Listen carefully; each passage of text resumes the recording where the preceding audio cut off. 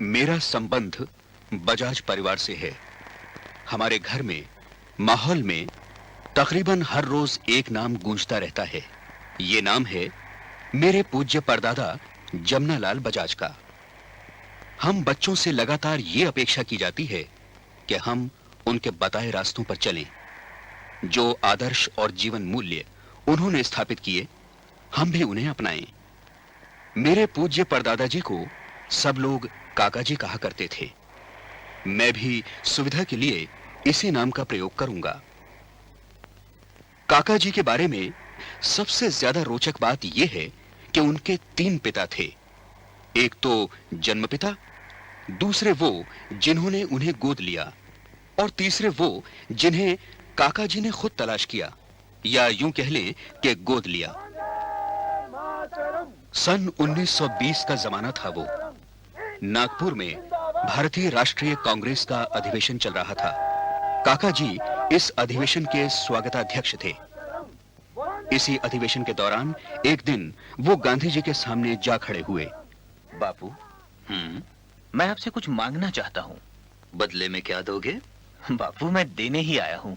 अरे वाह भाई, मांगने आए हो, देने आए हो, बात कुछ समझ में नहीं आई। बापू, मैं चाहता हूँ आप मुझे अपना पुत्र माने। तुम मुझ में जो ढूंढ रहे हो, मैं नहीं जानता मैं तुम्हें दे सकता हूँ।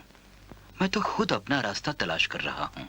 बापू, मैं खुद को ऐसे योग्य व्यक्ति को सौंपना चाहता हूँ जो जीवन में मेरा मार्गदर्शन कर सके, और वो व्यक्ति बस आप ही हैं बापू। ठीक है, बस इतना जान लो जमनालाल कि इस संबंध में मैं तुम्हें कुछ नहीं दे रहा हूं। जो दे रहे हो तुम ही दे रहे हो। और उस दिन से काका जी मन, वचन और कर्म से जमनालाल गांधी हो गए। तुम चंदन हम पानी, जाके अंग अंग बात। ये रिश्ता ऐसा अटूट साबित हुआ कि पिता पुत्र दोनों ने इसे जिंदगी भर निभाया। इस मुलाकात के बाद काका जी के सामने जब भी कोई उलझन आई, उन्होंने अपने आप से यही सवाल किया, इन हालात में बापू ने मुझसे क्या करने को कहा होता।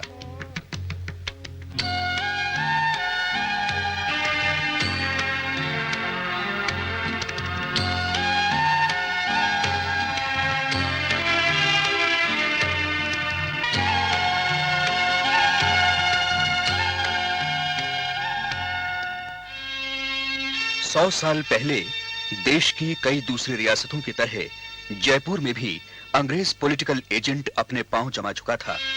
अंग्रेज अपनी फूट डालो और राज करो की नीति के मुताबिक जयपुर को भी उसके ठिकानों से लड़वाता रहता था। सीकर ठिकाना इनमें से एक था। फिर भी सीकर के एक गांव काशिकावास में सुख चैन था। शायद पुरखों ने इस गांव को नाम ही ये सोचकर दिया था कि यहां खुद काशी का निवास है। इसी गांव के एक निवासी कनीराम जी के घर 4 नवंबर 1889 को काका जी का जन्म हुआ था। कनीराम जी जात के बनिए थे और साहूकारी के साथ साथ किसानी भी करते थे। जून का महीना था, साल था 1894। वर्धा के एक धनी व्यापारी बचराज बजाज अपनी पत्नी सद्दीबाई और बहू बासंती देवी के साथ काशिकावास आए हुए थे, जो उनका पुश्तैनी गांव था। पूरा परिवार बड़ा दुखी था क्योंकि कुछ ही दिन पहले सीकर में बचराज जी के दत्तक पुत्र रामधन दास की मृत्यु हो गई थी। अया जी छोटो मत ना करो बाई, भाग को लिखो कौन मेट सके है। जी ने संभालो भी तो कहिया, एक तो कूक फली को नहीं, बेटो गोद लियो तो वो भी सिधार गो। आड़ो चाड़ो तो लाग्यो ही रहो है। 2 महीना हुआ जमन की दादी भी गुजर गई। दादी दादी दादी तू कटे गई थी, इतना दिन बाद आई। तीर्थं गई थी बेटा। अब तो नहीं जा सो? नहीं गिगला, अब को नहीं जाऊं, अब तो न लेकर जाऊंगी। तू चलोगे ना मेरे साथ? हाँ। जब दुखे गुलाब सो छोरो है की को है? थारो ही है, थाने अपनी दादी समझ रही हो है। अच्छा। बिरधी बाई ने तो ये बात सद्दीबाई का मन रखने के लिए कही थी, लेकिन सद्दीबाई ने इसे सच मान लिया। उन्होंने मन ही मन ठान लिया कि वे जमनालाल को अपने साथ लेकर ही जाएंगी।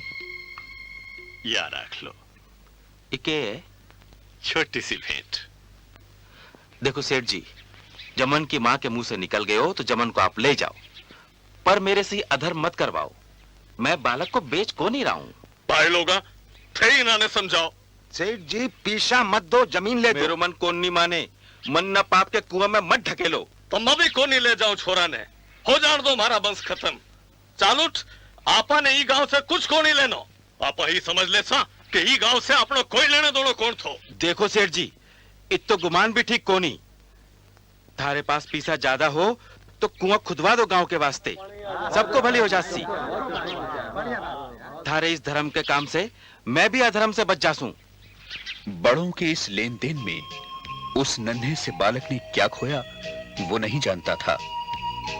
उस पिता के प्यार और मां की ममता की तलाश वो जीवन भर करता रहा।